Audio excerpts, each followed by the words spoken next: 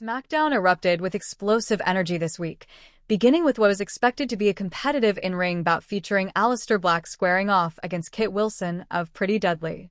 Fans were eager to witness Black's return to form, as this was set to be a major spotlight moment for both men. However, that showdown never even had the chance to begin. Out of nowhere, in a moment that left the crowd buzzing with confusion and disbelief, veteran superstar Ron Killings, better known to many as R-Truth, stormed down the ramp and invaded the ring before the bell rang. Without hesitation, he launched a brutal attack on Wilson, catching everyone off guard, including the referee, commentators, and most notably, Aleister Black himself, who was standing in his corner trying to process what was happening. Killings locked Wilson in a vicious STF submission hold and refused to release it, keeping the hold cinched in with such aggression that Wilson eventually passed out from the pain. Black, who had been preparing for a professional contest, was left in utter disbelief as the match was effectively cancelled before it could ever start. Moments later, Backstage official Jamie Noble sprinted to the ring in an attempt to restore order, trying to talk down the unhinged Killings, who looked completely consumed by rage and emotion. His actions raised serious questions about his current mental state and motivations. But that incident was only the beginning of what turned into a wild night. Just as the dust settled from Killings' outburst, Cody Rhodes made his way to the ring. The American Nightmare had clearly come with something important to say, particularly in regard to his upcoming King of the Ring semi-final match against none other than Jey Uso. However, Cody never got the chance to speak, as Jey interrupted the proceedings with some fiery, emotionally charged words. He challenged Cody's position through verbal jabs and made it clear that he wasn't backing down from the spotlight. Before the tension between Rhodes and Uso could boil over into something physical, Sami Zayn's music hit, and the crowd erupted once again. Zayn entered with a clear message of his own.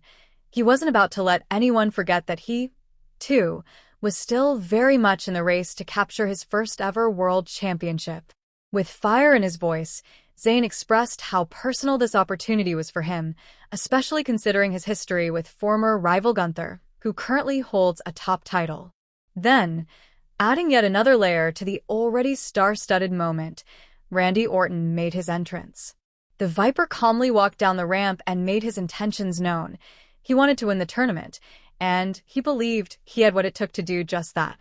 The ring was suddenly filled with four of WWE's biggest names, each of them former champions or top contenders, all hungry for the crown. Strangely, despite being the one who had originally come out to speak, Cody Rhodes never uttered a single word during the entire confrontation. His silence spoke volumes and left the WWE Universe wondering what could be going through his mind. Was he shaken? Was he strategizing? Was he trying to send a message without saying anything at all? Fans were left with more questions than answers, especially given Cody's emotional journey since his crushing loss at WrestleMania. The night rolled on with high stakes as Randy Orton and Sami Zayn transitioned directly into their semi-final King of the Ring matchup. This wasn't just another match, it was a war between two veterans who had clawed their way to the top of their respective brackets. Zayn had overcome formidable names like Penta, Dominic Mysterio, and Braun Breaker to earn his spot, while Orton had eliminated Aleister Black, LA Knight, and Carmelo Hayes, showcasing just how difficult the road to this point had been for both superstars.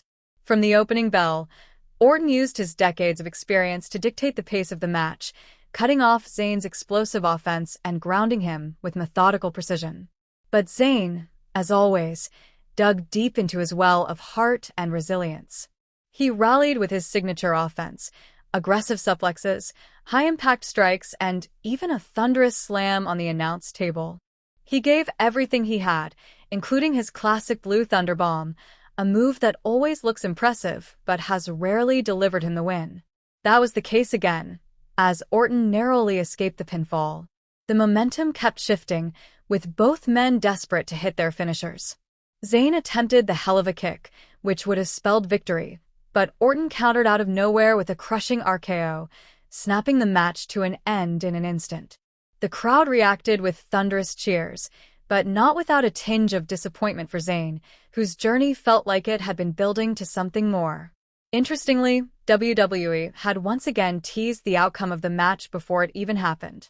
Sharp-eyed fans noticed that the graphics leading up to the bout had featured a small crown icon above Orton's image, continuing a pattern WWE has shown throughout the tournament, seemingly revealing winners through subtle hints. This only added to speculation that WWE is intentionally building toward a grand finale between Cody Rhodes and Randy Orton, a highly emotional showdown between former allies, once mentor and protege, now potential adversaries. Still, many fans argued that Zayn should have been the one to advance.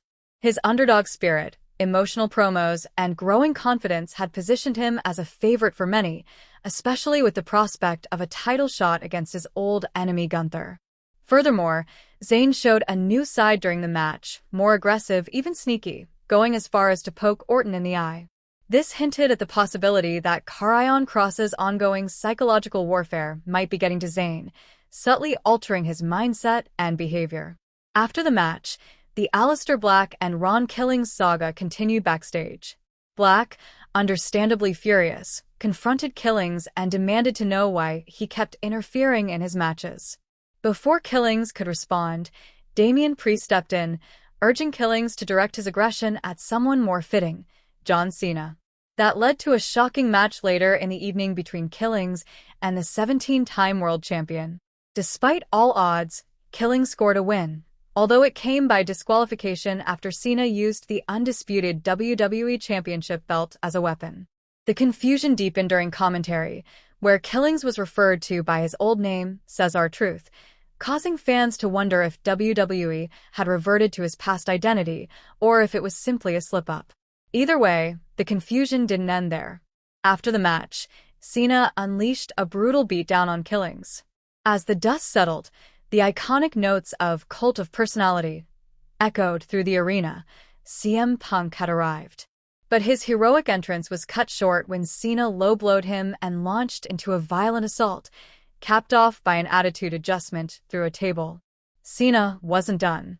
He grabbed a mic and delivered what can only be described as his version of a modern pipe bomb. The promo was savage, intense, and packed with real shots. He accused Punk of being a hypocrite, name-dropped Claudio Castagnoli, Nick Nemeth, and Matt Cardona, reportedly going off-script in a shocking moment. He called Punk a corporate puppet pretending to be a rebel and labeled him Mr. TKO, accusing him of being more of a businessman than a revolutionary. The crowd was stunned, and Punk, broken and battered, had to be helped backstage by Rafir.